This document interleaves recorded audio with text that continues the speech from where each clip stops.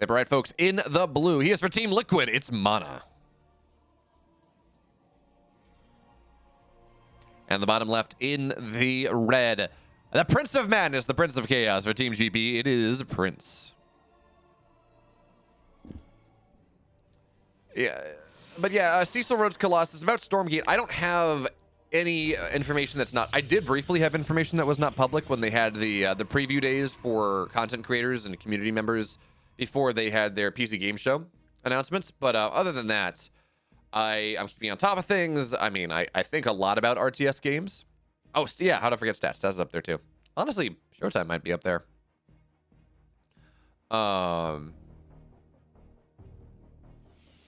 But anyway, so a lot of stuff is they're video essays. They're not me saying, oh, here's what I know about Stormgate. This is me saying, okay, you know, thinking about how things go, thinking about how RTSs work. This is what there's one about battle passes because they had a community feedback thread that I responded to via video essay. I'm like, this is what I like. This is what I've seen. This is what are opportunities here. More than other than, well, oh, well, you know, they said this. But yes, the drip has been slow. But we're all doing what we can. We should get the closed beta sometime middle of next year, which means you know, November can't come soon enough. December can't come soon enough. Look, you know what I want? Closed beta Stormgate should come out as Prince tries to steal the gas, but it's not going to happen. I want to see closed beta pop. I want to get my invite June 5th, 2023. Mainly that's just because that's my birthday though, and you know that's all. That's all I got. But okay, Stargate play coming in from Prince in this game number 1. I think as expected, both players when they go single gate expand, it is almost always for a Stargate follow-up. Well, actually, Jafar, the funny thing is, so I got double ESL raids for my birthday because I'd been working on a stream for DreamHack Valencia. Didn't do any for DreamHack Atlanta, unfortunately. And so I did some.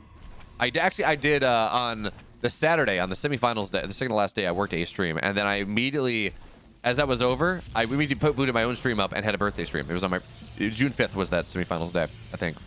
So I got the big ESL raid, and the community manager for Frost Giant had been watching the tournament. So I'm like, oh, you know, I heard about this secret meeting. I wish I had seen it. It's whatever, but I can't wait to see what's happening because the Stormgate fervor was high at that point. And he messages me on Twitch, and I add him on Discord, and Gerald, as nice as he is, he's really a nice guy.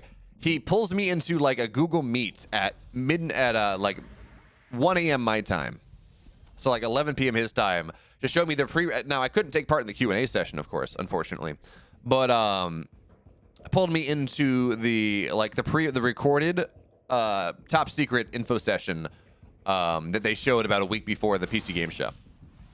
So that was my birthday present this year, and that was fantastic. XD Threat, yes, these are the games that Steadfast cast earlier. Wardy would normally cast it, but he's at a Pokemon event this time. I recast these for a North American audience at 8 p.m. Eastern, Fridays, Saturdays, and Sundays, because I can't get up that early. And well, not that I can't get up that early. Normally I'm working on Fridays, and then Saturdays and Sundays I just don't want to get up that early. And it makes sense, you know, hit different audiences. Steadfast and I aren't competing for the same viewers, which is nice.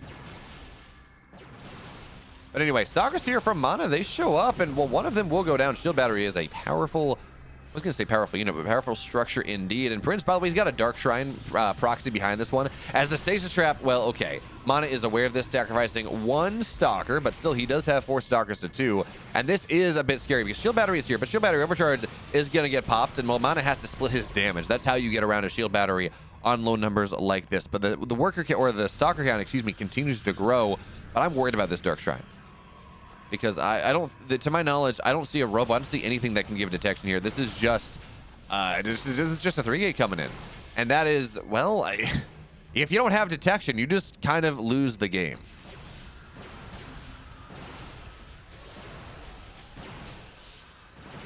So the Cybercore should fall, unless, well, we maybe see some Shield Batteries do more. But the Oracle on the other side, Stalkers warp in at home, and that means that too much shouldn't go down as the Depths find their way into, what is this, the main base of Prince as well. So the Oracle is dead. 5 probes have died, only 2 against MaNa, but DTs. The Dark Shrine is ready, and now, well, we just have a Terran player, or, well, not a Terran, a Protoss, a Prince player that is going to get forced into a base trade. But actually, here's the thing. DT was warped in at home, which means there's only one on the other side. Robo on... Oh, that's a Cybercore, actually. No, we're fine. Robo is on the way, and MaNa is just building a wall. The DT can't really find its way in just yet. Cybercore builds a lot. It builds very, very quickly. So, for right now, this wall that MaNa is making, this crisis management, the Robo's halfway done. Stalkers are starting to fall, but the economy of Prince is really and truly shattered. So, MaNa, I feel like... I would say he needs to recall these Stalkers, but they're just not going to get out. So, let's see. Shield battery now pops out, but... Oh, there we go. There's the force field. But this becomes a problem because you can't really... More pylons are on the way, and but the observer's getting chroned out. I think MaNa's won this game. I think MaNa has it here. Yeah, second force field goes down. The DT is trying to worry his way forward, trying to just burrow his way through this wall. But there are more force fields. There are more units here. Zealot, of course, takes 3 or 4 swipes. So the observer's almost out, and now the units are allowed in where they will just be knocked down. Crisis management from MaNa is insane in this game, and I think he's won this game. He's got 5 more army supply. He's up 7 out workers. He's got, well, so too does Prince have a natural, but he's got the better natural. He can get immortals as he wants. What a hold from MaNa.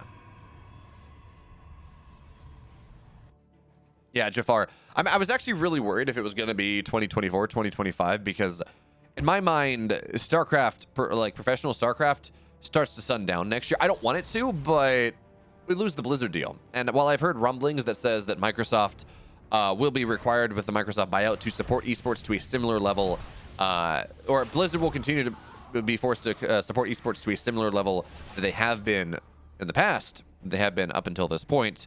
I mean, you never know.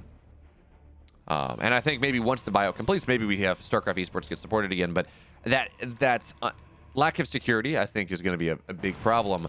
So the fact that Stormgate Beta is probably going to be out right around the same time that we start to be really worried about the sundowning of StarCraft is perfect timing. And I think that is in part one of the reasons why they are shoving this beta so far forward.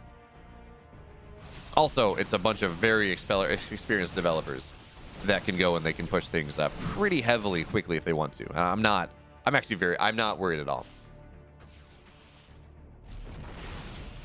No, BK Rec, I'm not talking about... I don't think StarCraft is going to get a lot more dev support, but I can very much see like StarCraft esports, because in the grand scheme of things, it's not that expensive to the bottom line. Certainly compared to like a multiplayer esport, which is far more expensive for a developer to support.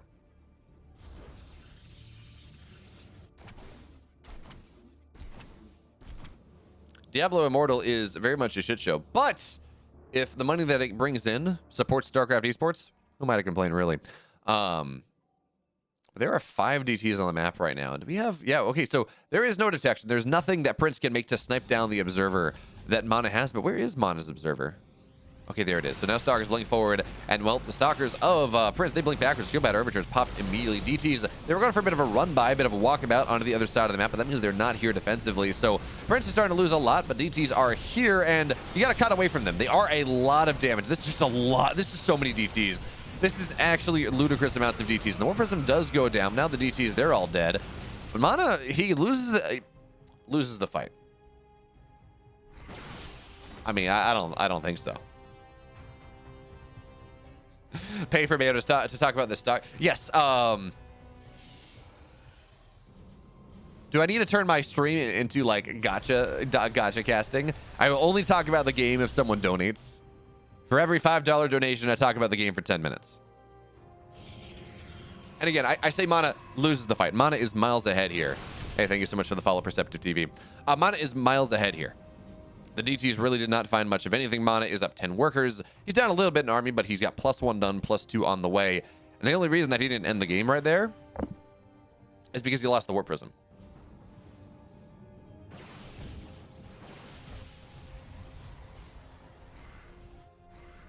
Jafar, you talk about penny for your thoughts. Who has to throw? How hard do you have to throw? I'm thinking like 80 miles an hour. It's not like major league throwing just yet, but you would have to throw pretty hard. You'd have to throw hard enough to dominate the high school circuit.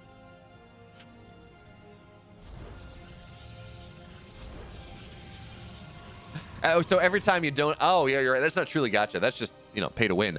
I just have a wheel that, you know, one of the 10 options is cast the game for 5 minutes if every time someone donates. The other one is like, you know, turn the stream off. One of them is just like, you know, pause the game for 5 minutes. I don't know. Stalker's playing forward here, and actually Prince has got a bit of an opportunity. The army supplies are equal, but the army of Prince actually looks fairly nice. But as I say that, I mean, MaNa is just chewing through here. The cannon will complete. +1 versus +0 is significant. The observer goes down, so no chance of any DTs sneaking their way in and doing something there. The charge lots are the only thing that is really keeping Prince in this fight, because again, charge lots versus stalkers are very nice. But yeah, this is a problem here. War Prism will go down, so no more reinforcements, not easily, and the MaNa has the superior concave on the north side. On the south side, well, Zealots, they're chasing some stalkers away, but stalkers, they blink on the high ground. They're not all that worried. So MaNa now up about 20 army supply, and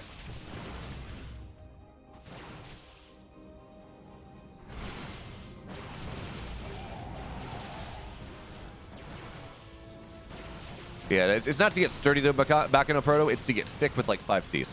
Got those thick arms, I guess. Anyways, the stalkers, they run forward, and charge is not quite done for MaNa, but it's going to be done in 15 seconds.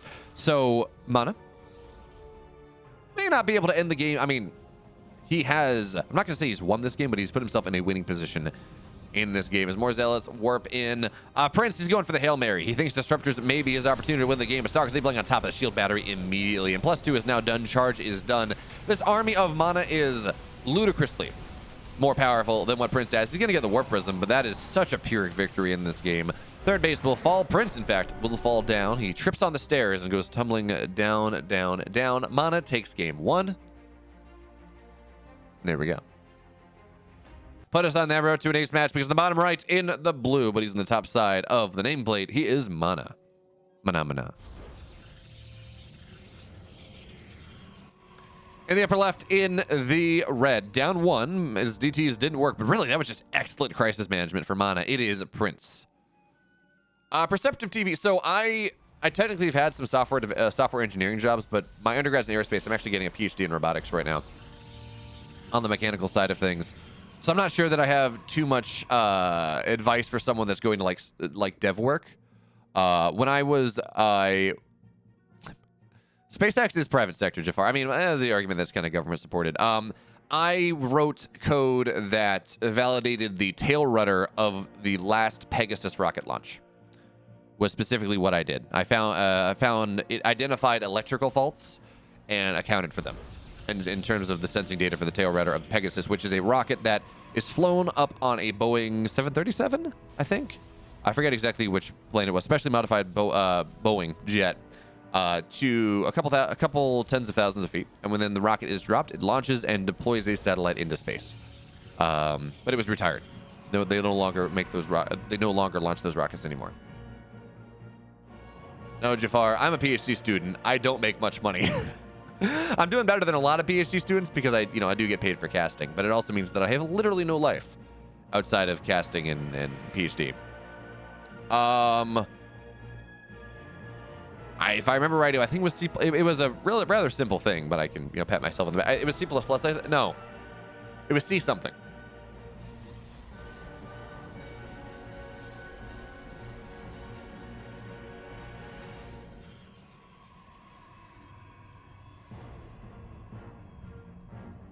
A couple years ago that I did that, actually. It was one of the things I did when I was working my internship.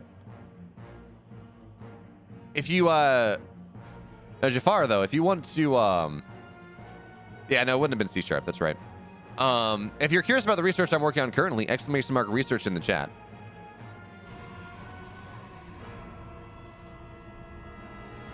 Isn't that how it works out? Every single internship I've had has been software engineering of some way, shape, or form. And I got my undergrad in aerospace astro, master's in robots, and I'm getting PhD in robots. But I just kind of talked myself into, because I have I wrote a lot of Java, and I taught myself how to write code and whatever. So I've done a lot of like QA type stuff. I actually I wrote object-oriented MATLAB, and of course MATLAB is based on C. I wrote object-oriented MATLAB for a robust controls toolbox that got presented at a conference in Italy this summer. So that was pretty cool.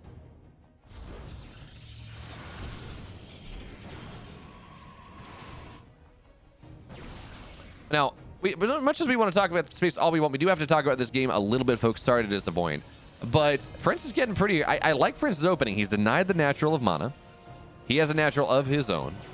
And as the Oracle runs across, that is going to kneecap any sort of aggression coming out from MaNa here. He's got 2 Stalkers, 2 Adepts, and the 2 Stalkers of Prince. Prince has to be a little careful here. And oh, I like that. Oh, this Adept positioning is fantastic. He just forced Prince off of the left side, but he should be able to run away. At the very least from the Stalkers. The Adepts may try to chase him down, but, well, where's the Oracle? Yeah, okay, I think we see the Oracle in the main base, but maybe there's a shield battery, not totally sure. It doesn't look like much got done.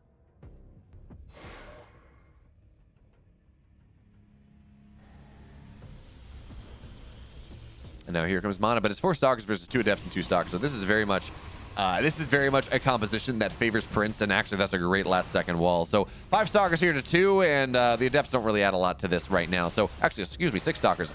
This is a great opening from Prince. He has his natural done much faster. The Oracle didn't get much done, to be sure, but okay, here comes pressure from MaNa. It's 6 versus 6, though, and the Oracle's trying to dive in once again.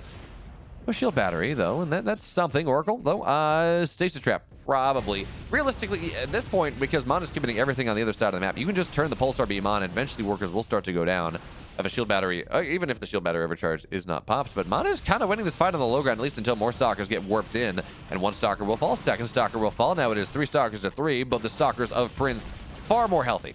So nice job there, Prince. He holds on once again, and he's got... Anyone surprised? Raise your hands in chat if you're surprised that Prince has a Dark Shrine on the way. Now that we got a little bit of time on our hands, I think so there are several really compelling arguments as to why human spaceflight is a good use of resources, and the most compelling one, honestly, is because of the benefits we see on the ground. As stasis trap, 2 stasis traps, catch 3 workers, Oracle falls, not all that much. But anyway, so we have seen so much benefit for life on Earth as a result of the Apollo program in the space shuttle. Like, say, the MRI, for example, was originally developed because of work done in the, I think the Apollo missions, maybe a bit later on. We learned so much about how humans live and how to make our lives better from putting humans in space that it's not even funny. On top of that, there is a ton of stuff that robots are just not complicated enough to do right now. A robot is designed for a mission, it can do the mission. We don't have, like, general purpose quality robots. Oh, that's so smart from MaNa. He shades the Adept up, forces the shield battery, and then the Stalkers are blinking on the other side. But now MaNa's going to start to take some damage because DTs are in the main. DTs are in the natural. DTs defending for Prince as well. And again, well, MaNa, this time he does have a Robo, but he's taking a lot more, so much more damage. 10 workers going down, and there's an Observer out, but MaNa is losing his entire economy. He's losing his lunch, he's losing his breakfast and his dinner. That's how problematic this is, as another defensive DT warps in. And probes are getting pulled. They're trying to make this defense happen, but 5 probes have died for Prince, and 25 have died for MaNa as the Stalkers run away. I mean, they do have Blink, and that's something. But this Stalker army is not going to last for forever. In fact, I think it's going to go down pretty quickly indeed. But of course, the gateways were depowered briefly. So that is something. I think Prince only has about 1 gateway that he can build stuff on the map. But now MaNa is starting to recoup some of his losses. The Stalkers have their twinkle toes. They put on their dancing shoes here.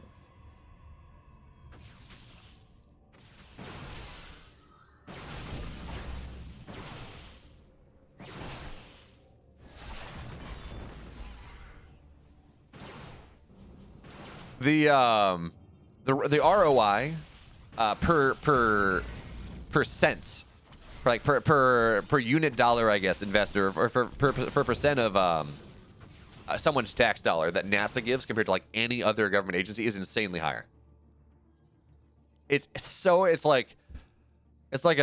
over like a 10 times ROI. It's insane. Anyway, Stalkers playing on the high ground. That's only 3 of them, so probes don't die all that quickly. And while Prince did take some damage, as MaNa's doing a great job soaking damage but not losing much, MaNa did do some counter damage in exchange. Just look at the worker count, folks. That's all that matters. And yeah, it's the NASA budget right now is like half of 1% of the average citizen's tax dollar.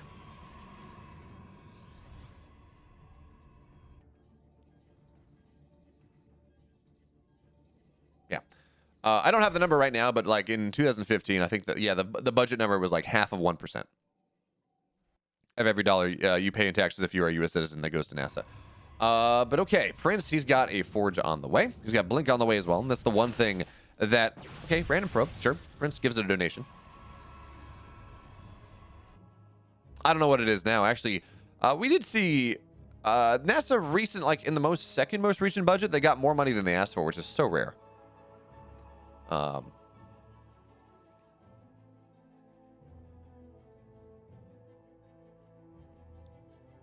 Yes, Apollo was a much higher percentage of the budget. But the stuff we gained out of that one is that, like, we gained so much.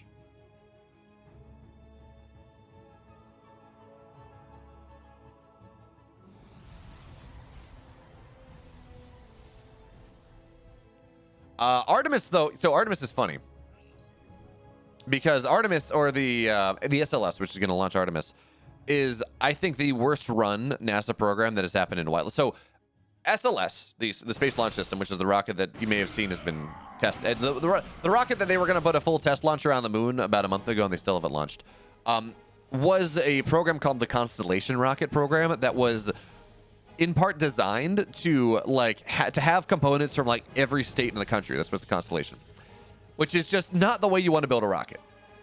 You know, they had contractors from every state in the U.S. taking part in this. And then Constellation was killed, but it was just renamed SLS, and there's a reason SLS has been not all that great.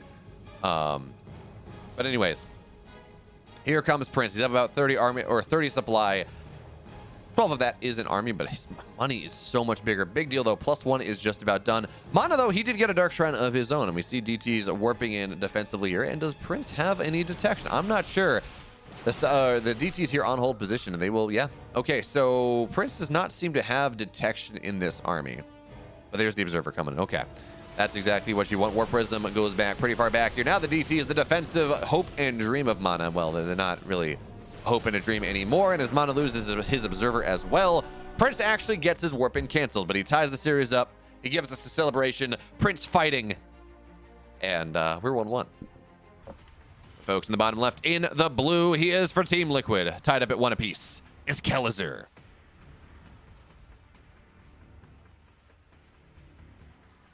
And on the upper right, looking for his first map win as well. He is for Team GP, Nightmare. A man Jafar. The Expanse is probably probably my favorite show of all time. It is tremendously well done. Children of Men, yes, that is a who's the director on that? Children of Men is a fantastic movie.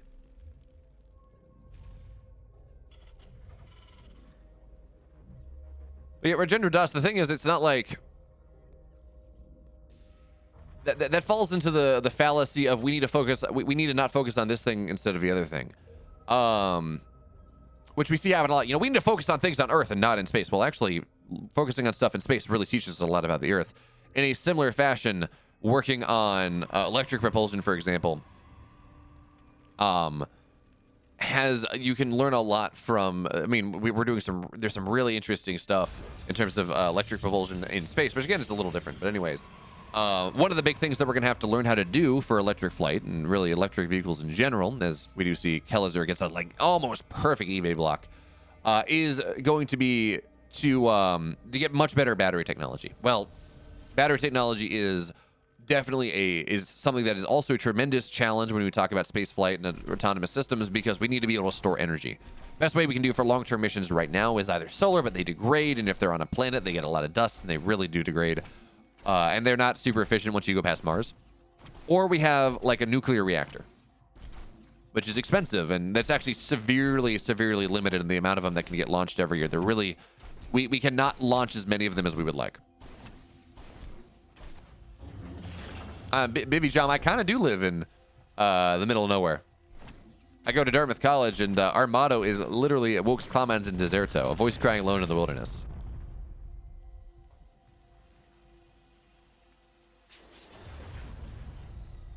But also, you're talking about rockets. Well, if we want to get to the moon, if we want to have a lunar installation, we do need better rockets. Have I read the books, Jafar? I tried, but the problem is I saw the show before I read the books, and it was too spoiled for me, kind of. I need to go back and probably read them at some point. Right now I'm reading the Books of Jacob by it's like a Polish by a Polish author, won the Nobel Prize in Literature. Kind of like this religious historical fiction narrative about like 1400s Poland. It's really interesting. It's being told through like it's like an epistolary story, so it's being told through a bunch of letters.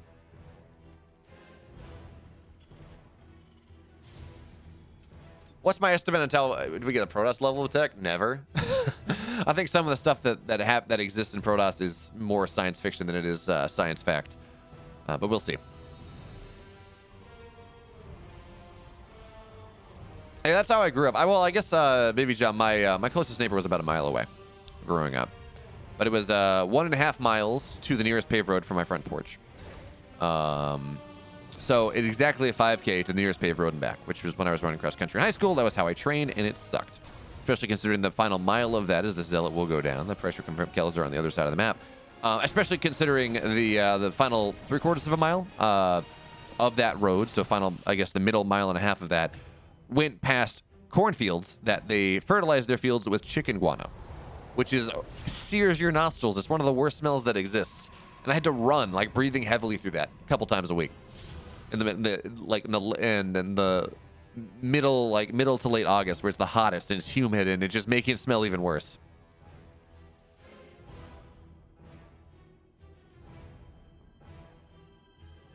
Yeah, that's depressing. We were looking to, but fair. We certainly humans are inherently tribal. It's one of the things that drives us forward as a species. That sense of competition, but it also hinders us as well. Actually, I mean, would we be as motivated to build things? Would we be as motivated to improve if we did not have that inherent sense of like tribal competition? I don't know. Did I ever grab corn for lunch? No, it was feed corn. It wasn't human edible corn. Yeah, the closest we're gonna get Nakamura is. By the way, I hope you're. What were you doing today? I saw you were live earlier. Was that? It wasn't. Was it Spellforce? Hope that tournament went well. Anyway, the closest we're gonna get is like maybe if we can make wormhole tech work or something, or I can see us approaching like FTL communication with like quantum entanglement. But even the funny thing is, quantum entanglement technically, well, it's instantaneous, right? If you entangle an atom with another atom, like they change instantaneously, it only is the speed of light, which is kind of interesting because it's instantaneous, but it's also not instantaneous. And I don't know much more than that. But it's one of the, I don't know, it's interesting to me. Anyways, Stalkers from Nightmare are going to show up. And they're going to try to find this Raven. Kelazhur, you got to pull this one back. He's going to be fine. And actually, it's maybe a bit of a bait here because all the Stalkers, or at least 2 of them, will go down. But Kelazhur, that felt like a bit of a blunder. Yeah, no. Chicken is like, chicken manure, chicken guano, chicken shit is one of the worst smells, especially when it has just been recently spread across like hundreds of acres. No. And having experienced both, because there were occasionally cows in those fields. And actually, a lab mate of mine, he manually farmed about 1.5 acres of corn, and we had to harvest 1/1000th of that by hand. So we manually harvested like a 1.5 tons of corn, I think, and it was right next to the cow manure processing facility, because they use that where I say processing facility, their pit where they stored all their cow manure that they used as fertilizer.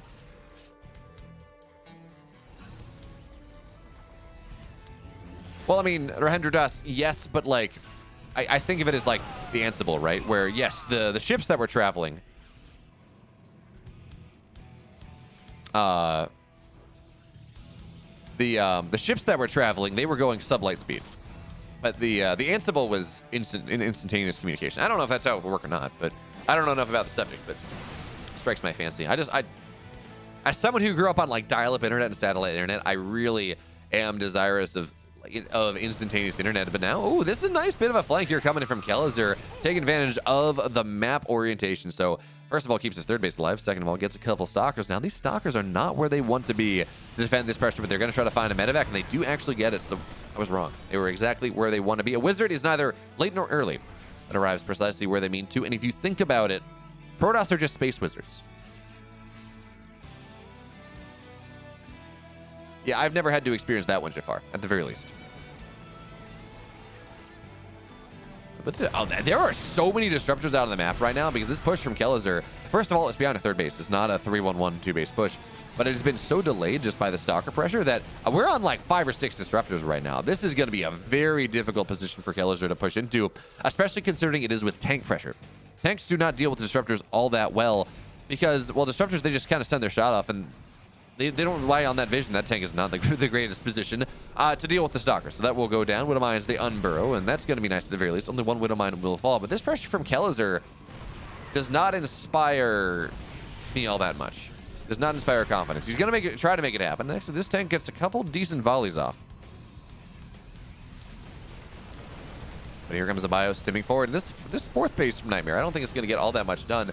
Now, Disruptors, they got a couple Marines. Really, you're looking for more than that one, but every time this goes forward, of course, well, the bio stims back, but that's actually a great Widow Mine, but even better, the Disruptor shot is very nice, and more importantly, the Raven is now down. Now, of course, the Raven is not as important as it might be against Colossus play, but it does offer anti-armor missile, it does offer a little bit more DPS, and it means you can shut down some Disruptors if you want, but meanwhile, Kelazhur fighting desperately for an inch of ground, which he does not get, by the way.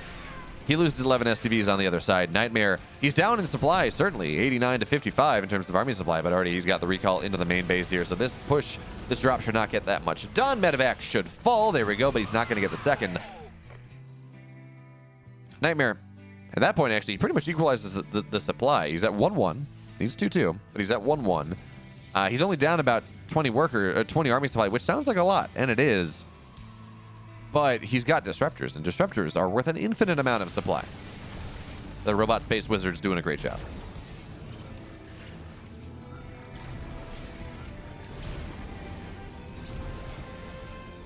Oh, Disruptors moving forward here. Kelazhur, he's got to be careful, losing a little bit more. But a big drop into the into the fourth base, which already has been softened up just a little bit. The army on the right side is going to get dealt with, but actually, wait a minute. Reinforcements here, they're going to do a little bit more. Stalkers are kind of trying to do something, and Kelazhur, it kind of looks like he's in a good spot, and then you look at the supply and realize he very much lost that push on the bottom right side. So, yeah, he's getting a little bit here, but I don't think it's going to be enough. This fourth base does not go down. Half the drop remains to go into the main base, but Stalker's going to warp into this one, and maybe 1 or 2 goes down as it shows up, but this push from Nightmare is looking to end the game, or at least knock this third base out of position. Fourth base on the way for Nightmare, or excuse me, for Kelazhur, but it's really not worth all that much, and Disruptors, well, they're actually not getting a ton just yet, but there we go. That's what you're looking for. 3 Marauders will go down. Disruptor shot into the mineral line, going to get a little bit more. Medevacs, 1 will fall due to the tickle beams of the sentries, but Widow Mines are a little bit more powerful. So this army is starting to stall out just a little bit, but the Widow Mines do fall. Third base has been forced to lift for Kelazhur, and now it is Nightmare with the army supply lead, but even more importantly, Nightmare has finally built himself an economic lead in truth. He's up about 18 army supply, and the Stalkers, they continue to rally forward. Actually, wait a minute.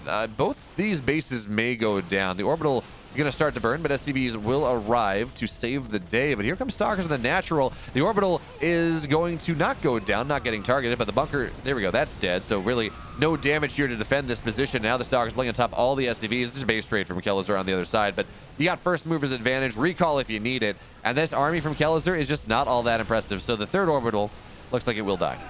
In fact, Kelazhur will die in this game down about 80 supply, and Nightmare puts Team GP up 2-1. Reason the bottom left in the blue, the aforementioned blue Terran player. He is Kelazhur, down 1. In the upper right, in the blue. Sorry, in the red. Wow, I can't read. He is up 1. It's Nightmare. Nightmare. And look at that. Pylons are on the map, folks. And actually, unfortunately, it looks like we're going to miss like the first round of ESL Open Cup Korea. Normally, we're going about 3 hours for everything, but it's already 10:30. So luckily, it's generally the second round where things start to get good.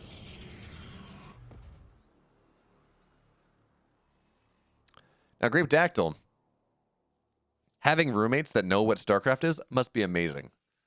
My roommate doesn't care about any esport in the slightest. He's a great guy. Doesn't care about any esport in the slightest. So I'm like, yeah, I do this thing. He's like, that's cool. It's cool enough, I guess. I don't care. Like, he cares because I'm doing it, but he doesn't care anything more than that.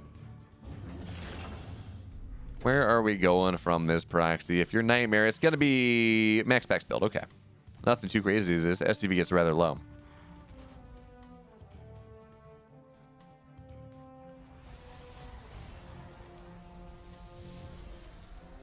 Oh, that's all.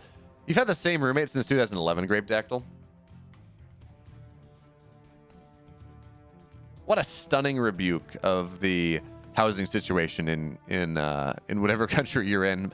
As I'm going to project the fact that, you know, we have to have roommates for the most part. But okay, Stalker is on the way. Zealot from the other side. I'm sorry, this is not the max build. There's a gateway at home. This is instead the classic variant where you get that second gateway on the map and it's all about the Stalkers, not the Zealots. As oh, one probe gets low, but good pull at the end. As the Stalker's out, that means, well, the Reaper's not going to be able to get too much done, but the Zealot and the Stalker arrives. There's absolutely nothing defensively here. Yes, there's a Widowmine on the way, but that's going to be just about that. So Natural will be delayed for quite a while, and as the Stalkers try to find their way over, this may be a situation where this Natural gets canceled. There's a bunker on the way. This opening from Kelazhur is not exactly the most optimal thing that you want. Now, the bunker will eventually go up as mass repair there actually on the Widowmines are, or on the, not the Widowmines, on the SCVs are nice, but there we go. Now the Natural has been canceled, so bare minimum for Nightmare at this point.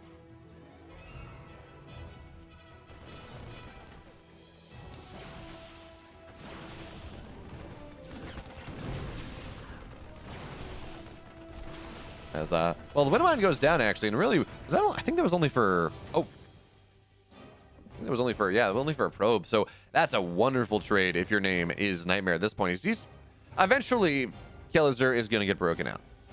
Do I like snow? I love snow. I live in the Northeast. I live in New Hampshire. Real looker dooker. If I don't like snow, I'm kind of screwed. Yeah. I am excited as much as I love my roommate. He's a great guy. I think with the casting work I'm consistently getting and the small amount of money I make off streaming, I think I should be able to take over the entire lease when he finishes his PhD in about a year. And then this background's not going to be background anymore as the Cyclone gets the lock on. Doesn't get much done. Normally the Cyclone is when this push ends, by the way. But there's enough stuff here and there's enough pressure happening for the moment that it's going to take a little bit more than that. And the Natural's not done anyway, so, or the Commander's not done anyway, so not the end of the world for Kelazhur, but he does want to take this Natural soon enough. Anyways, yeah, between casting stuff and PhD stipend, I should be able to take over the entire lease, which means I'll turn his bedroom, which is much smaller, into my studio. And they'll be able to fully decorate, not just have this awkward wall.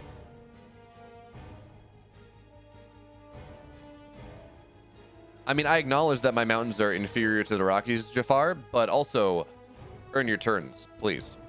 And on top of that, I live like 30 minutes. I live 30 minutes from like the nearest decent resort, and I live like 10 minutes from each town has its own ski hill. It's so awesome.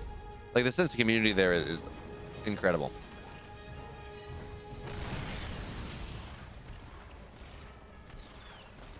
I hear you like Cascade Concrete, Grape Dactyl.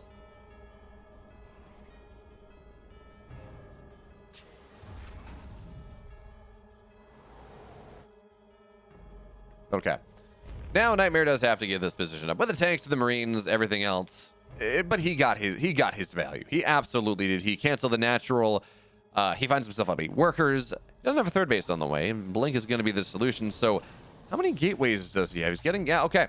So more gateways are on the way. Seems like Nightmare just wants to get somewhat aggressive here in this game. Stalkers, they blink in. They're going to delay a barracks for just a little bit. The Marines aren't really rotating all that quickly, but they don't miss control actually from Nightmare, so he's not bringing all of his Stalkers forward. They got to blink out as the tanks and the Cyclones reposition themselves. Now as the Banshee shows up on the other side of the map. One is already done. Where's the other one? I saw it floating across the map here, and actually the second Banshee is going to take some damage. Oh, no, sorry, they're both right here. And we will see the scan go down, but the Observer, we need to nerf Observers, folks. The fact, sometimes they get barely out of range when a scan is committed, and it's really too frustrating for the Terrans. I don't know, I make this meme all the time, and then I wonder if we're at the point now where enough people don't recognize that I'm referencing a balance patch that it's not funny anymore.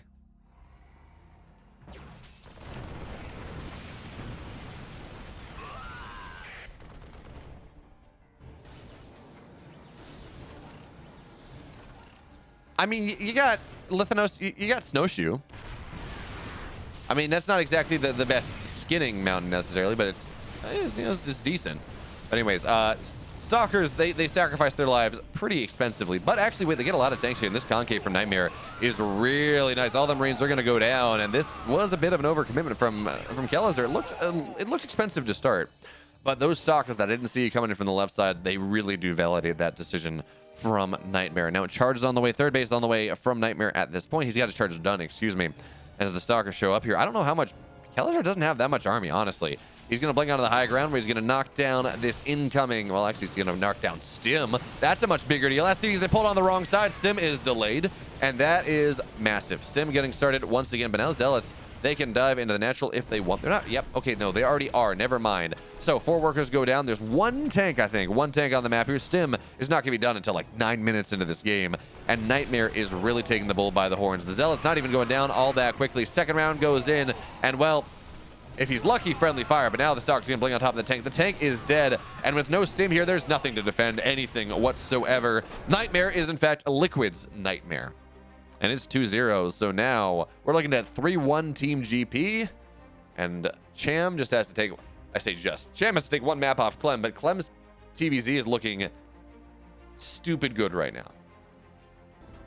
All right, folks, in the upper left, in the blue, looking to take us to an ace match here. He's got to win, too. It's Clem.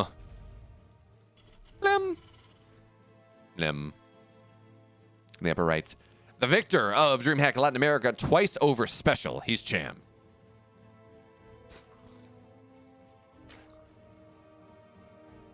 $18.32. Z can be a tier if I want it to be a tier.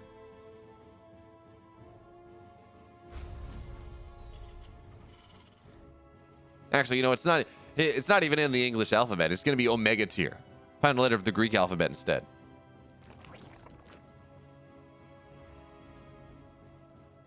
I mean, remember, Raynor went up, what was it? It was 4-3, right? So Raynor went up 2-0 in that series in terms of actual maps played. He was looking very good. And then Clem just, he flipped the switch and turned it all around.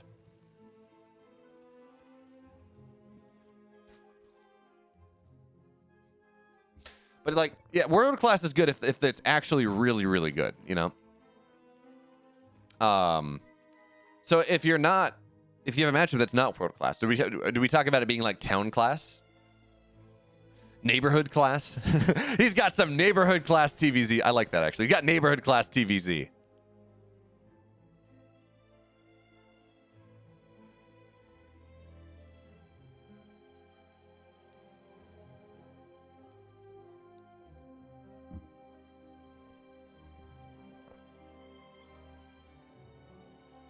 Is Hamlet class holding up the Zerg skull like the most recent Home Story Cup trophy and, you know, saying, "Alas, poor Zergic, I knew thee well"?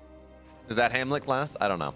But Reaper shows up from Clem in the early game, and we should see Cham most likely going 6 links here. This is just when we have Zergs that are not playing on the same server as the Terran, and when it is a Terran like Clem, we do tend to see that minor bit of inefficiency. Doesn't really impact things all that much, but lings are going to pop out right now. And actually, as I say that, no, okay, 4-ling opener from Cham here, which means he probably loses 1, but the question is whether he loses anything more than that. How oppressive will Clem be with his Reaper plays? Already 1 ling gets very low, second one gets pretty low too, but, well, this does mean that there will be a 4 cancel force. I think actually no. Well done. Clem's micro is fantastic. But Cham holds on pretty easily now as the the queens pop out. Well, it's the queen, actually great positioning as well, so he's going to get optimal, purely optimal creep spread. And by the way, Clem is going for 3CC play. So, of course, this is Stargazers. This is a map where you can get your third base very quickly. Or whatever order you decide to take that pocket base in. And it's just so much more efficient because you can actually mine out of those mineral patches somewhat efficiently. Have a good night there, Fantasy TY fanboy. The Reaper dives in, tries to get the drone, but while the drone maintains its animation of running and flying away for quite longer than it actually had to, it's such a drama queen. Although, actually, these are drama queens. It's such a drama drone. There we go. It's going to be fine. So the Reaper not getting all that much done. And Clem does not have a second level of map control ready just yet, because, again, he went for 3CC. He's going rather greedy in this game, number 1. But it's Stargazers. You can get away with it. That pocket base is almost impossible for a Zerg to pressure.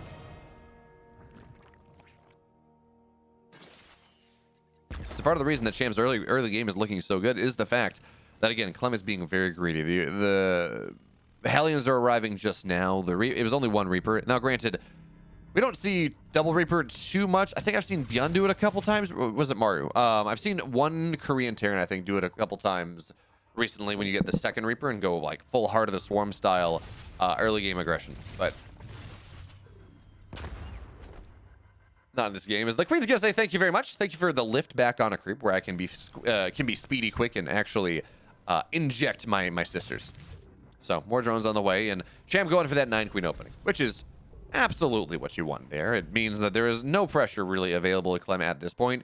3 queens at every choke point, and well, as the Hellions try to dive around, the queen should be able to rotate and deal with this one for the most part. As the Creep Tuber goes down, that's nice. But the first time that there's any sort of real pressure on the map, and actually Clem's doing a pretty decent job of dealing with these Creep Tumors, with the queens not quite there to defend them.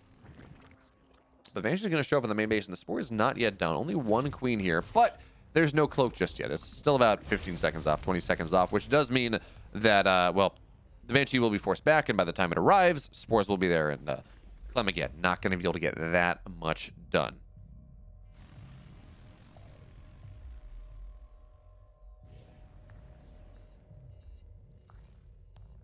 It's kind of fun seeing Cham's, I'm not going to say resurgence, but Cham's ascension, because I was casting Cham versus Future a couple times with Bayo Bash show matches like in July, I think. And the first one, Future smashed him. I think it was 5-2. Second one, Cham actually won the series. It was 5-4 in this best of 9. But it wasn't... I mean, it was like, okay, well, you know, you're beating Future. Future's not in the best shape right now. But Cham has really entered this hyperbolic time chamber, entering, reclaiming some of the form that allowed him to be dark in an ace match for Team GP in WTL summer. Was it WTL last season? But now the Hellions trying to find a bit of an angle as the Hellions in the main base do the same. And the Queen here, well, it's only 1 queen. I mean, with 2 Spores in the main, I mean, that's something. But the Queen just goes down. Banshees kill that one rather easily indeed. The Queen falls, the 4 drones will fall, and we're going to have to see how much more than that Clem is going to be able to get. Because right now, Queens have returned, but, well, it's only 2 of them. And the Hellions, they dive in. They don't get that much done. Lings, though, represent a big surround. Actually, Cham's going to get a great surround here. Lings coming in from the reinforcements as well, so every single Hellion falls. A great bait there from Cham. He does lose 5 workers, but he got every single Hellion in the map. Granted, of course, the Queen went down, but that's unfortunate. And Clem has no idea that this is a Spire, by the way.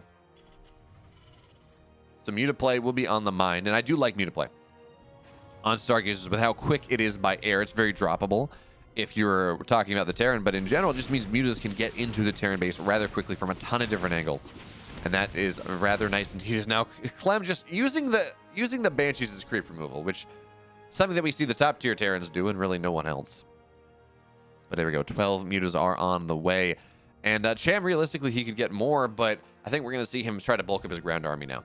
But as I say that, first of all, Banshees are going to find the bottom right side base, and this will necessitate a response, but the Queens are here, so that's going to be fine. He does not have to reveal his Mutas. The first revelation of the Mutas should be on the other side of the map, but actually they're in the middle of the map here.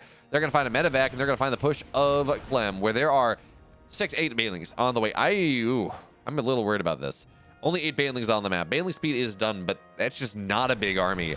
Not a big ground army for Clem at the moment. Is the Mutas, they try to take a fight with the Marines, or with the Lings, but there's just a lot of Lings going down for very few Marines. As the Mutas, though, they may be able to start pinning this back. Remember, this is a 4-base Terran at before 8 minutes. This is a greedy Clem. While technically he can make a push happen, his army is not the most powerful.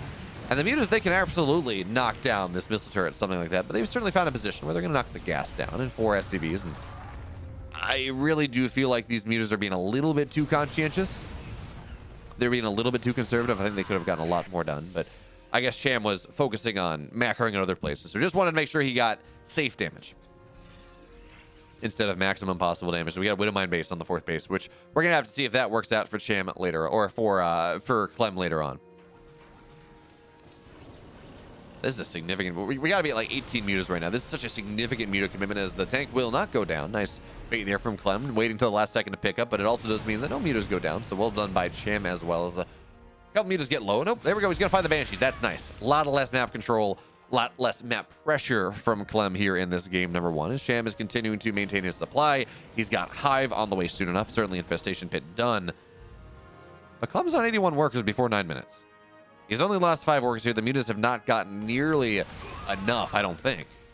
They've pinned the Terran back, and that is nice. But I cannot help but feel that with how, I don't know, non-committal Clem's defense was, I cannot help but feel that those mutas could have gotten a lot more done. Well, they're going to find a couple Widowmine. That's nice. Maybe get a Marauder or two, but no, they're not going to back in again. Cham just seems a little bit, I don't know, not confident in his muta micro. Because it feels like we do see better players that they are able to make those pickups, get the Marauder, get the Widowmine, get that missile turret about 5 minutes before, or about 3 minutes before Cham got it down. But I don't know. Maybe this is just how Cham is choosing to play. He just wants to get to Hive soon enough. His 1-1, by the way, is just about done. But Clem's 2-2 is over 70, or over like 2/3 of the way there. He's about 75% done, something like that. So while yes, Cham has gotten 2 upgrades and he's fully maxed out, if there's a timing, this is what Cham is looking for. Pretty soon, Clem is going to have a timing of his own, but the Banelings have all morphed here. Is now Cham trying to bait him into a fight, and here comes Cham from multiple sides. Widowmines are going to try to burrow, and that's a lot of Marines caught, trapped against the wall. Thor will fall here as well, but the next round of Clem as he kites backwards is going to have to find a little bit more. Baneling's going to try to find this 4th base maybe. I think a lot of these mutas actually have gone down as the Lings, the Banes, all the 1-1 all in, finding their way into the natural where the Marines, they kite backwards into a corner, but they are starting to run out of room just a little bit. Banelings, they find insane connections, and this should be a dead mineral line as well, but oh no, they're going to go into the main base. The muta micro, again, has not been incredible. A lot of the mutas have fallen. Only two SCVs have died. This felt like this should have been, and I feel like a better Zerg does end the game with this. But instead, Clem, really, he just bends, he does not break. He loses far less than Cham did in that fight. Cham had so many Banelings that he committed to, so much of everything that he committed to. And now the supplies are equal once again. In fact, the Terran's up 20 army supply. Yes, Cham has 2-2 on the way. Yes, Cham has Adrenal on the way. But he committed so much of his economy, so much of his bank to make that all in happen that he did not start 2-2 immediately, did not start +2 air attack immediately, did not start the Ultra Cavern immediately, did not start you get the point. That was a 1-1 all in. And Cham did not, he didn't even section off like 4 Banelings to clear out the mineral line. At the very least, you know, punish the Terran economy in some way. No base went down. No planetary went down. It was just army for army. And if you're going to commit like that as the Zerg, that is not what you want. Is now the Widowmines get some pretty decent connections here. Tank unfettered, and the mutas, they're kind of trying to do something. But Clem, he's up double the army supply. This base is dead. It's gone. Clem's on 90 workers. And if you're a Cham fan, you're really sad about this, because that did feel like a game that Cham had an opportunity to break right through. Clem was unsieged. He was on the middle of the map. He was close enough to creep, but Cham just didn't handle it properly, and Clem did.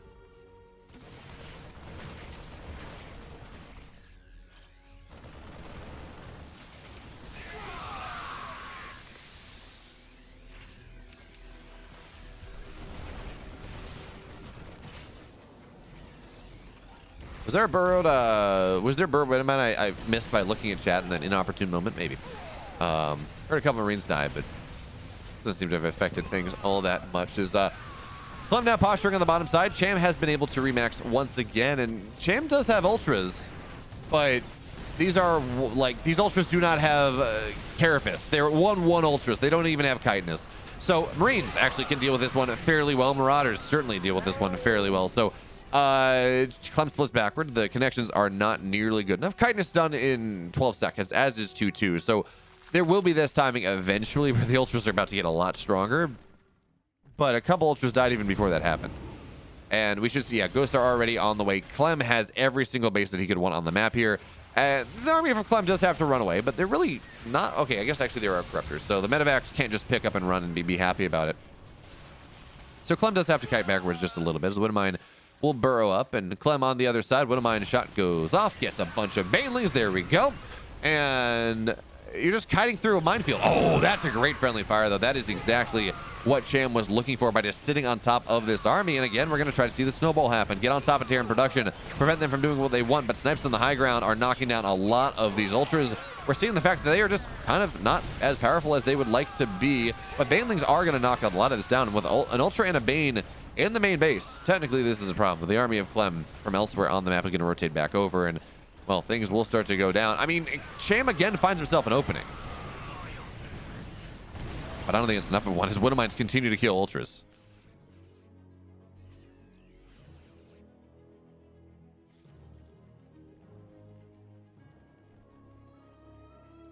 MW1832, it's a pity you're not subbed, because then you could spam this. Or actually, both of these are relevant.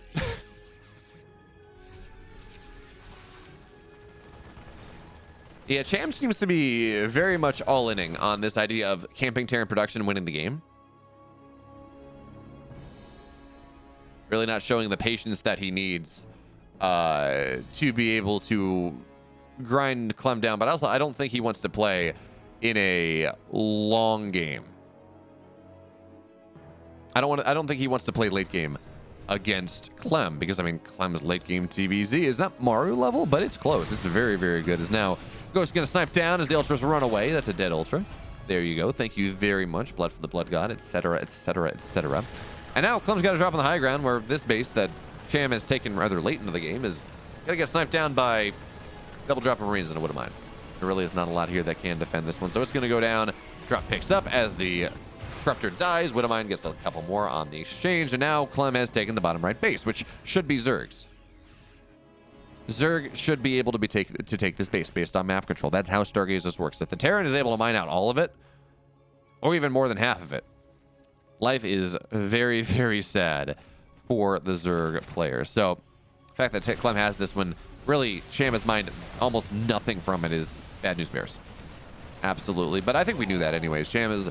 He's trying, and he really did have a couple good kill windows, but unfortunately, the window was closed. Actually, Cham didn't realize that it was Patch Tuesday, and so Windows had to be updated. He had the wrong version of the window, and it did not work out quite as well. Link's trying to go on the backside. Great big Widowmine shot on all of the Banes, and actually they're all going down. Ultras, all that remained. Great target fire. Great concave from Clem off a creep, finding this one little opportunity, and the Ghosts, they're sniping down all the Ultras, moving backwards. Actually, it looks like they might be out of energy, so the last two Ultras will do a great job here. Widowmine not able to deal with the last of the Banes, and Cham will. I thought this was a great fight for Clem, and it looked like it was at the start, but seems like Clem will have to go backwards. These Ghosts are... I mean, Ghosts do a ton of bonus damage to light units. They kill things rather easily, but this base will go down. The Ultra is hiding on through, and not enough Widowmines to knock them down. Again, the Ghosts don't have energy, so they're not going to kill Ultras very well at all. Even with it, it's 3-3 versus 2-2. But Cham loses another base. So it's a base for a base here, and the Zerg's economy is... It feels like it's hurting a lot more than the Terran's is.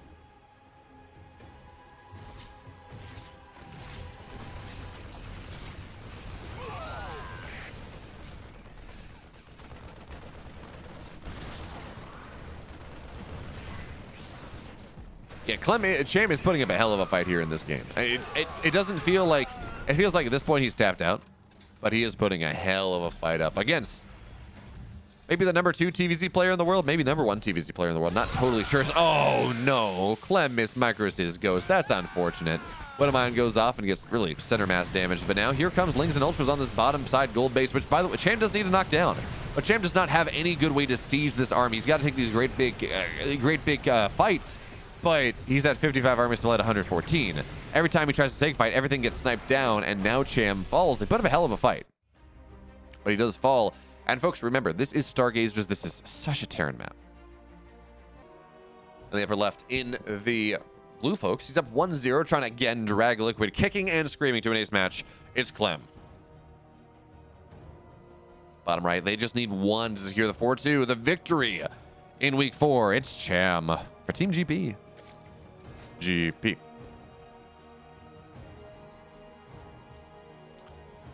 Does GP stand for General Practitioner?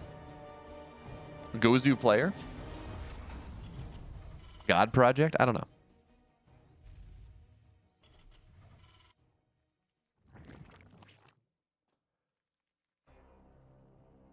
I control nothing, 1832. I cannot force anything to happen. I'm sorry. Gary Payton. What surprises me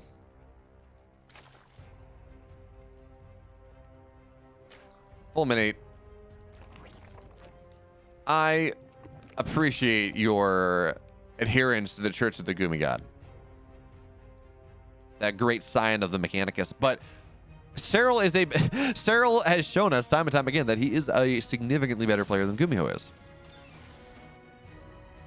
So, I mean, it was a great result for Gumiho to hit round of 4 of the GSL this season, but he had a very, I would say that really he and Ragnarok both had a pretty soft side of the bracket. They got some pretty significant bracket luck. The fact that Hero and Maru were the other semifinals, that's rather unfortunate for Hero, but fortunate certainly for Ragnarok and Gumiho. Go climb. That almost looks like Yiddish behavior. Or it doesn't look like, but it's not like, looks like it would be pronounced like it was be Yiddish. No, Clem is using his feet too. Cirky Borka uses his hands, uses his feet, uses his forehead and his nose, and that's how he gets the APM that he needs. Because yeah, he's the fast kid. Surfer shows up and Ling's on the high ground, and this is interesting position there. Normally you just bring the Lings together, but I guess Cham was maybe going to try to convince the Reaper to show up a little bit further. Realistically, this Reaper should. Oh, there we go. Gets the Ling that it did not get in game 1. But Cosmic is just a little bit shorter, natural to natural, so you have a little bit more time to mess around with the Lings before the Queen pops.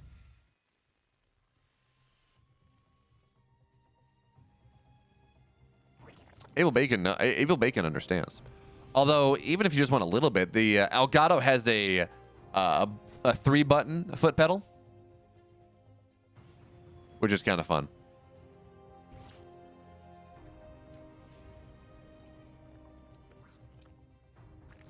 All right, I'm curious.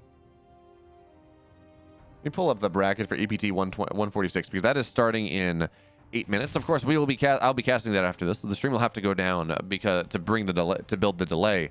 So for me, it'll be no time at all. For you, it'll be 2 minutes. But I'm curious who we have this week. Last week we had semifinals before midnight, finals before 1 a.m. I was in heaven. But we're gonna have a round of 36 or a round of 32 today, I think. 19 players have checked in. I'm a little sad because like I like to not sleep before 3 in the morning, but Beyond has signed up Beyond Classic Dark, Gumiho, Hero, Nightmare, Special, yeah, but Beyond Classic Dark, Gumiho, Hero have all signed in. That is fantastic. If we're lucky, we get another Beyond Classic series, which is, by the way, my favorite matchup in StarCraft 2. The one we had in EPT Korea last week was absolutely bonkers.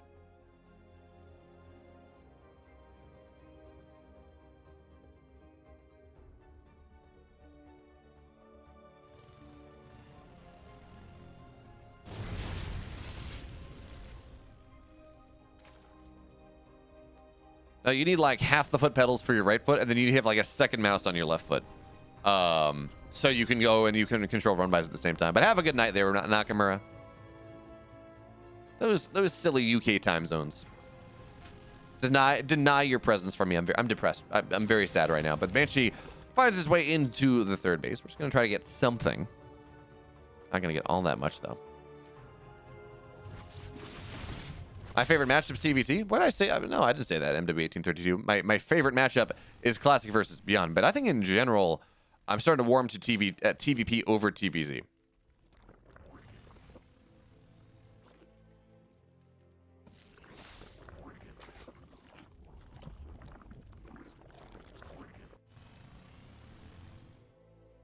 So, hey, Johnny Apple. Thanks so much for the follow. Folks, we are 25 followers away from 3,000. That seems like a nice, fantastic number. As I open my phone, and many things happen. Looks like someone donated to me on Ko-fi. Thanks so much.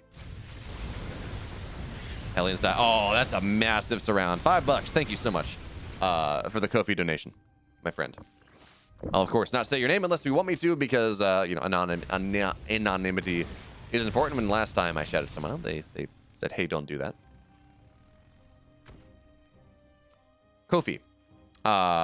It's like Patreon, but they actually don't charge fees. It's great. But anyways, Cham is going muted play here in this game number 2. And Bivy Cham, thanks so much for the follow. Yes, KOFI. But Cham has gone muted play on Cosmic Sapphire once again. And Cosmic Sapphire, again, it has a tremendous amount of dead air space to the right side of the Terran main. And as Clem, again, has been fairly, not quite as greedy as game 1, but still been fairly greedy. Oh, no, Grape Dactyl, I appreciate the old meme. I just wasn't sure whether you had misheard me or you were just memeing.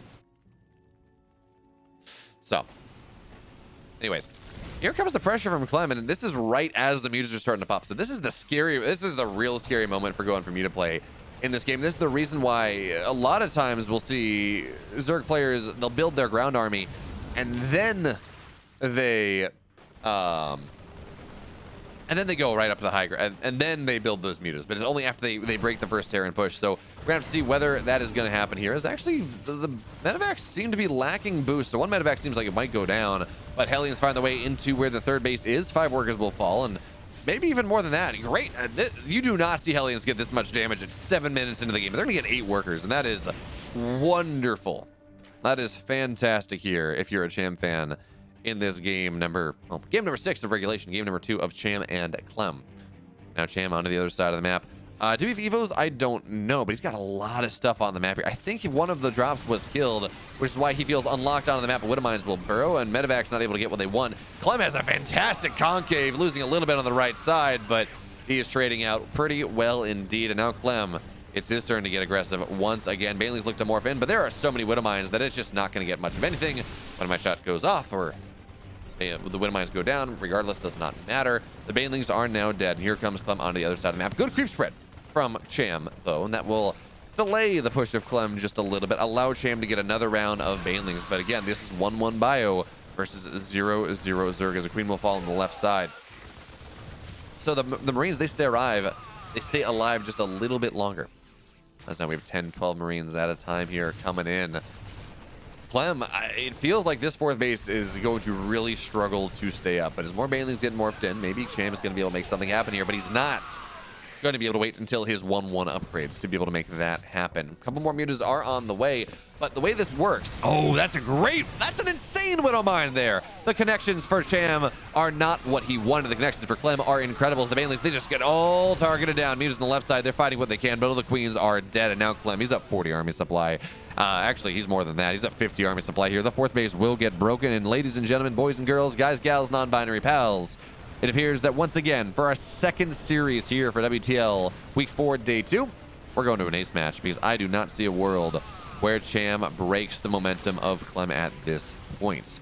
Now, Cham is expanding to the gold. He's expanding away from where Clem is, and that is nice, and Clem will struggle to get through the creep spread a little bit, but Clem has his 4th base on the way. Planetary halfway done. He's had his 2-2 done very, very soon. In fact, no, I don't think he's going to have 2-2 versus 0-0.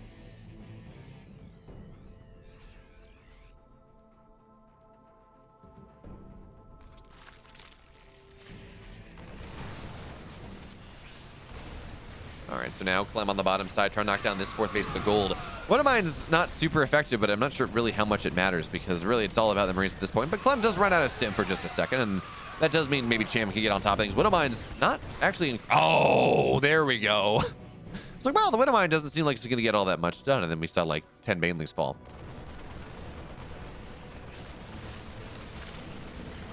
So, actually, really, Clem is suffering from friendly fire just a little bit, but I mean, he's only down 30 army supply instead of the 50 that he was previously, but even still, these Banelings will all go down. We're going to see this, what's now going to be the 5th base of Cham go down once again, and I believe that was a kill, not a cancel. Hard to tell because, again, units lost was up, but Lings are going to look for this around here, and actually, as we go off creep, Clem does have to be somewhat careful. Decent Baneling connections, but this just buys room for Clem to show up on the gold base, the one functioning 4th base that Cham does have, and, well, Clem realizes that Cham does not have much of an economy, so he's going to kill the drones first and then go back to the base, because the base is guaranteed. And now Cham forced into an all-in situation, down about 40 army supply, 2-2 versus 1-1, +3 armor on the way. Clem said he has his +3 attack eventually. 5th base looks like it will get canceled or killed, not really sure, but now Clem has got pressure into the 3rd, and there's just not a lot here. Widowmine is going to snipe the Queen down, and Well, Cham is fighting desperately. He does not want to send his team to the ace match, where someone is going to have to face up against Clem, probably. But it does not seem to be possible at this point. Cham is 2-0'd, much like Kelazhur was 2-0'd by Netwer in the previous series. And now, folks, we get to go to an ace match. Fantastic. But it's ace match time in the bottom right. In the blue, he's 1-2. Will he win 3 in a row for Team Liquid? It's Clem. And the upper left in the red. He took down Kelazhur 2-0, but his opponent is a different beast. It's Nightmare. Lithanos, you're saying Clem is not as strong? Clem is probably some of the best TVP in the world. Clem, at times this year, his TVP has been better than his TVZ.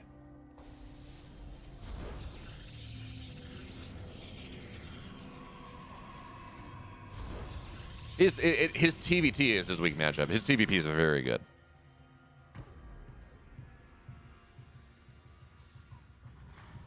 So Ryung should have been the sniper, if available, and I guess he just wasn't, because Ryung's TVT is actual god tier, and it is Clem's worst matchup. Yeah, that's what I'm saying, Kratos defense. Maybe he just wasn't available. It doesn't seem like he's been available too often. We haven't seen him play all that much here in the WTL thus far. Ace is best of 1, yes.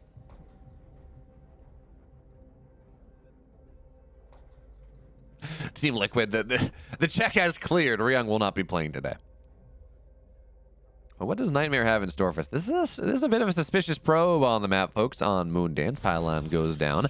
Remember, Nightmare went for the classic build in game 1, I think, against Kelazhur, which is, of course, you get your gateway at home, you get your cyber at home, and then you proxy a gateway on the map. And it's all about the stalkers denying the natural. Ideally, you force a cancel on a low ground natural, but we're going to have to see. Clem is at least going low ground natural, but no guarantee that the gateway is going to be the play. And actually, as we do see enough money for Nightmare to build his gateway, and he's waiting for the cyber core to complete, this looks like it will most likely be a proxy Stargate. There we go.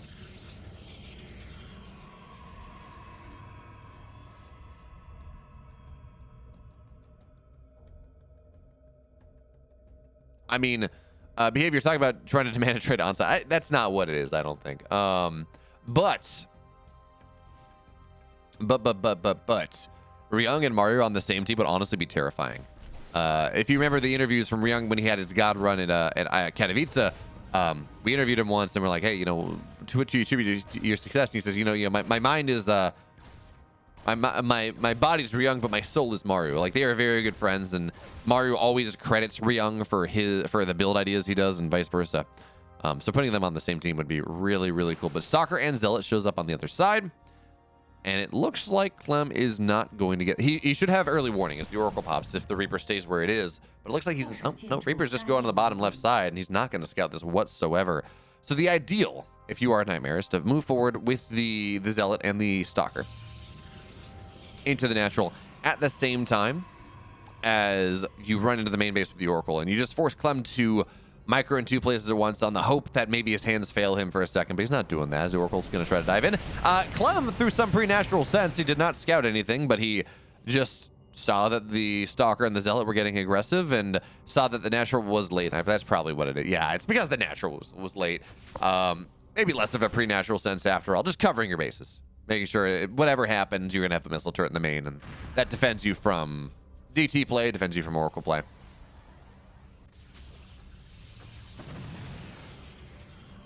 Yeah, my Twitter handle, not my Twitter handle, but my Twitter name for the entirety of Katowice was just, you know, Philip Mulford, you know, #1 Ryung fan. We cast, Steadfast and I on the B stream cast like 8 of the 10 games that Ryung played in group stage, something like that, or like 8 of the 10 games that he played total. Seriously played total, and it was great. It was a lot of fun. We turned into ridiculous Ryung stands by the end of it. There was no... We could not pretend to be unbiased anymore watching that story happen. Oh, it was so much fun. But anyway, for now, the Oracle really not getting that much done. Cyclone actually get a decent lock on, but, well, loses vision, and Clem's not going to spend a scan on that. No need. No need at all. You just force it out, and with the missile turret there, the Oracle just does not represent that much damage. So There's a Robo on the way behind this for Nightmares. He gets a blink on up. And does he have a round 2 follow-up? Emperor Fuble, that would be fantastic. I don't think it happens, but that'd be cool. Youngs. That does roll off the tongue. Ah, that's, yeah. There we go. That's the third rhyme. Youngs rolls off the tongue. Stalker's now showing up on the other side of the map. There's this pylon, by the way, that Nightmare can warp in on, as he has the Robo behind this. So it's going to be a Blink Stalker into Colossus, and he's going to stay on 2 base for a while, because that's how you do it here. But Stalkers now, they have vision on the high ground. It's Oracle into Stalker play. It's the next evolution of that Oracle Stalker idea, because generally you get the Stargate at home, and this is proxied. Unfortunately, the Oracle got really nothing done, and now the Bio's going to show up here. One Stalker will fall. Second one was going to fall. Ooh, that's unfortunate. A bit of a missed micro there from Nightmare. He should have been able to save all of it. Loses 2 Stalkers and really doesn't get all that much for it.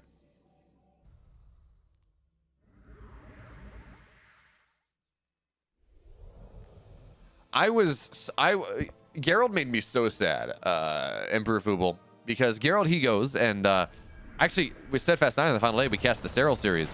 He goes, he beats Showtime and he beats Serral, but he still is not top 2 in his group. He's number 3 because of other losses. And then he gets in lower bracket knocked out round 1 to Hellraiser, I think it was. It's like, oh man, dude, yeah. And he was up 2-0. He got reverse swept by Hellraiser too. It's like, oh, only so much magic.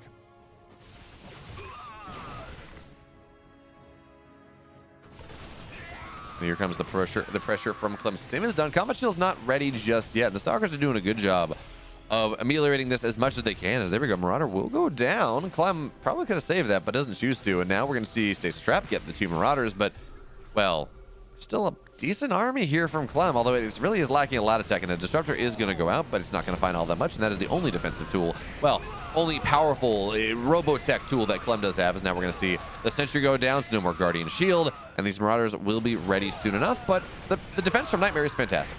He's going to be able to deal with the majority of this one. Marauders, they pop out of stasis, and they pretty much immediately go down. Now Stalkers blink forward, trying to knock the Marauders down, but here comes the next rally from Clem. Only 1 Stalker dies, though. Well played by Nightmare as he looks to shore up his position. The problem, though, is he's taking the Pocket Third, which, of course, has 2 less mineral patches, 1 less gas, and it's very late. He's only just saturating it now, so he's only up 1 worker on the Terran, which is just not what you want.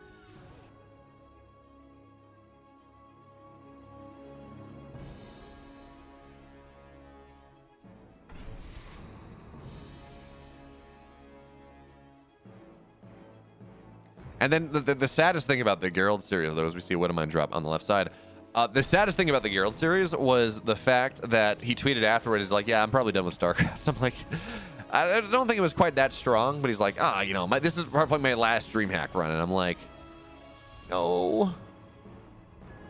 Yeah, no, Nightmare is a very stylish pro gamer. Oh, those Disruptor shots, 2 Widowmines and like 5 Marines. That is fantastic. Clem, though, loses a couple more Marauders on the retreat, so Nightmare getting incredible value off of his 3 Disruptors, but Clem wants to punish this. What am I drop on the other side means that Nightmare is not really microing as well as he would like, so I think he just lost. Did he lose all 3 Disruptors? No, it looks like he lost 1, but still 2 remain as the Stalkers move forward. That's what it was. Cristiano. For some reason, I have Cristiano and Nightmare that they... I mixed them up in my head, but yes. In a hard-fought series. True, but if you can beat Showtime, you would think he would be able to beat Cristiano. He was up 2-0. He got reverse swept. Clem did, in fact, out-micro the Observer. That seems to happen a lot in the WTL. We tend to see the pro players out-micro the Observers a decent amount. But the Widowmine drop actually finally gets 5 workers into the natural. Somewhere else as well. Not really sure where that was. But Clem starting to get some good damage here. 7 workers go down, and the Disruptors are keeping Nightmare in this game, but it feels like against Clem, it's kind of on 2 minds of it. On the one hand, you're like, oh, geez, Clem! Oh! He targets it down. That was almost about to go off there, and now Clem moves forward. Second Disruptor will fall. Stalkers playing forward, though. And I don't know that this army from Clem is enough to really fight this in earnest.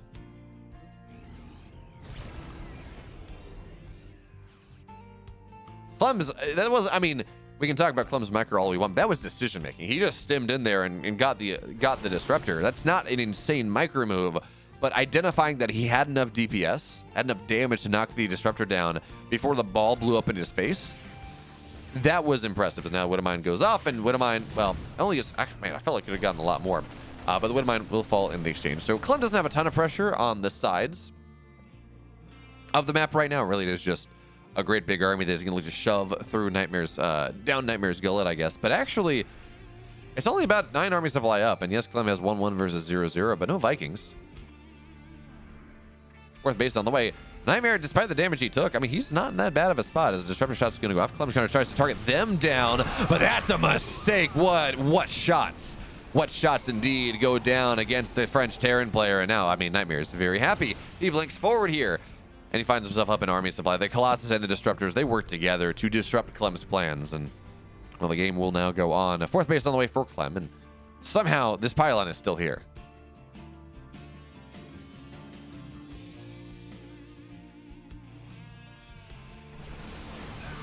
Well, that's true, Jafar, because if I had made all the decisions for you, by the time I communicated that that was the proper decision, it would no longer be the proper decision, because that's how split second that decision-making was. But now Nightmare playing with the high ground position, playing with his choke, just trying to kill as many Marines as possible. Is there's a world now where Nightmare, he's up significant supply. He's going to be able to break this fourth base down. The Zealous Lily charge on top of the nascent planetary, not the army just yet. Really not a lot of Vikings here, so the Stalkers, they can zone this out pretty well. Well, actually great splits there from Clem. Disruptor shot on the backside. Also not really going to land. The Stalkers blink forward. Vikings, they will fall, but the Colossus, they're firing at the planetary, not the army. So this is a botched fight from Nightmare. Now, it's still in a decent spot. Disruptor shot is going to go out. Ooh, that's a nice shot indeed. But it felt like Nightmare, if he'd actually been fighting the army instead of the planetary, he would have just won the game right there. Instead, Clem now has a shot. As EMPs go off, Disruptors kill off one of the Widowmines, and this base will not fall. Nightmare squanders some of the advantage that he just had.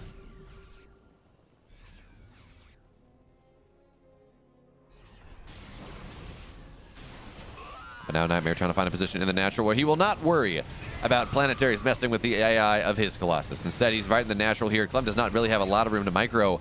And folks, this is looking at least possible that Nightmare is going to win the ace match over Clem. But now Clem's stemming forward, trying to get on top of things as the Disruptors run out of bubbles for the most part, but that's not going to happen.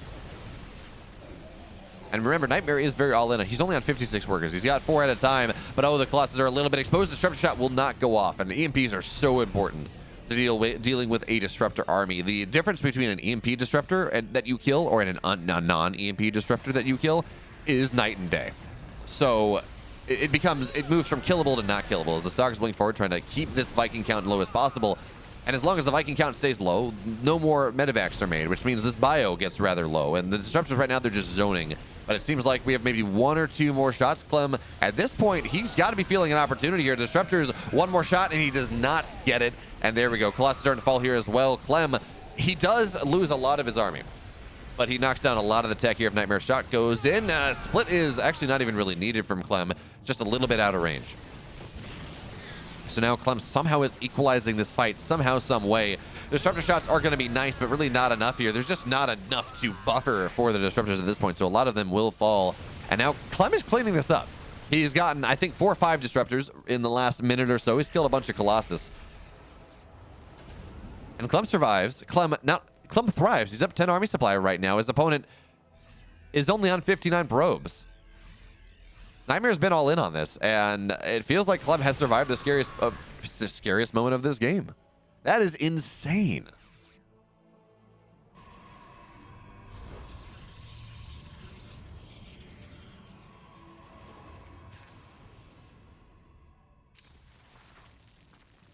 Orange is army, gold is workers. Improvable.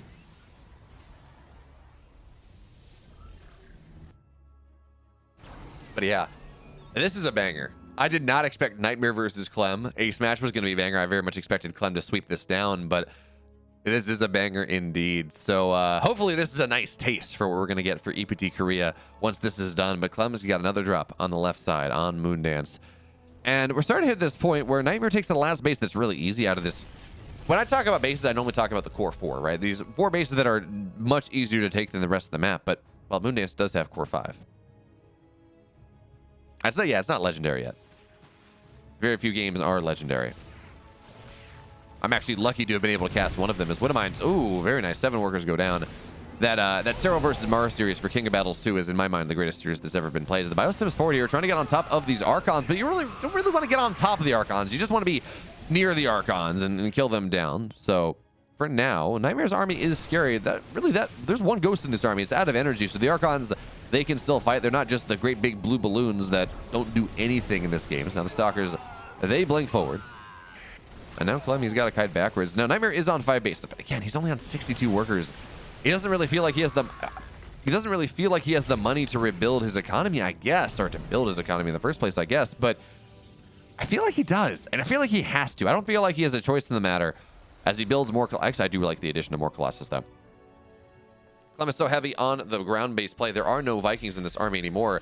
Suddenly 4 Colossus on the map, but it seems like Nightmare only wants to go for 2. 4 Colossus in the army of Nightmare would actually really do a great job. It is Maru versus Cyril from King of Battles 2 Grand Finals.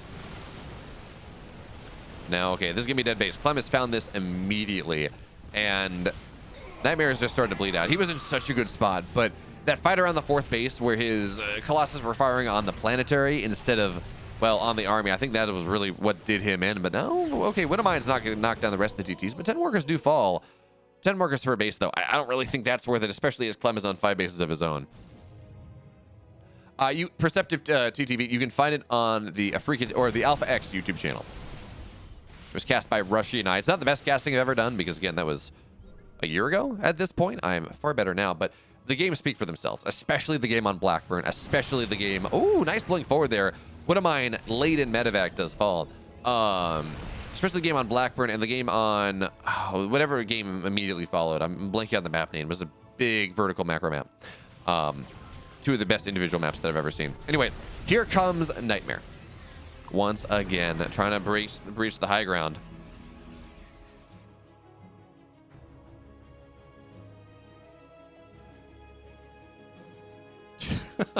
Hardwire. Thank you, Macrocosm. Yes, Hardwire. But Nightmare has been able to establish enough pressure on the map that he has his 5th base on the way once again. And Clem, because of that GT harass, is only on 52 workers. He's spending scans everywhere. He's not really building that many SCVs. He's got 3 at a time right now, but his economy, he's less than 2,000 minerals a minute.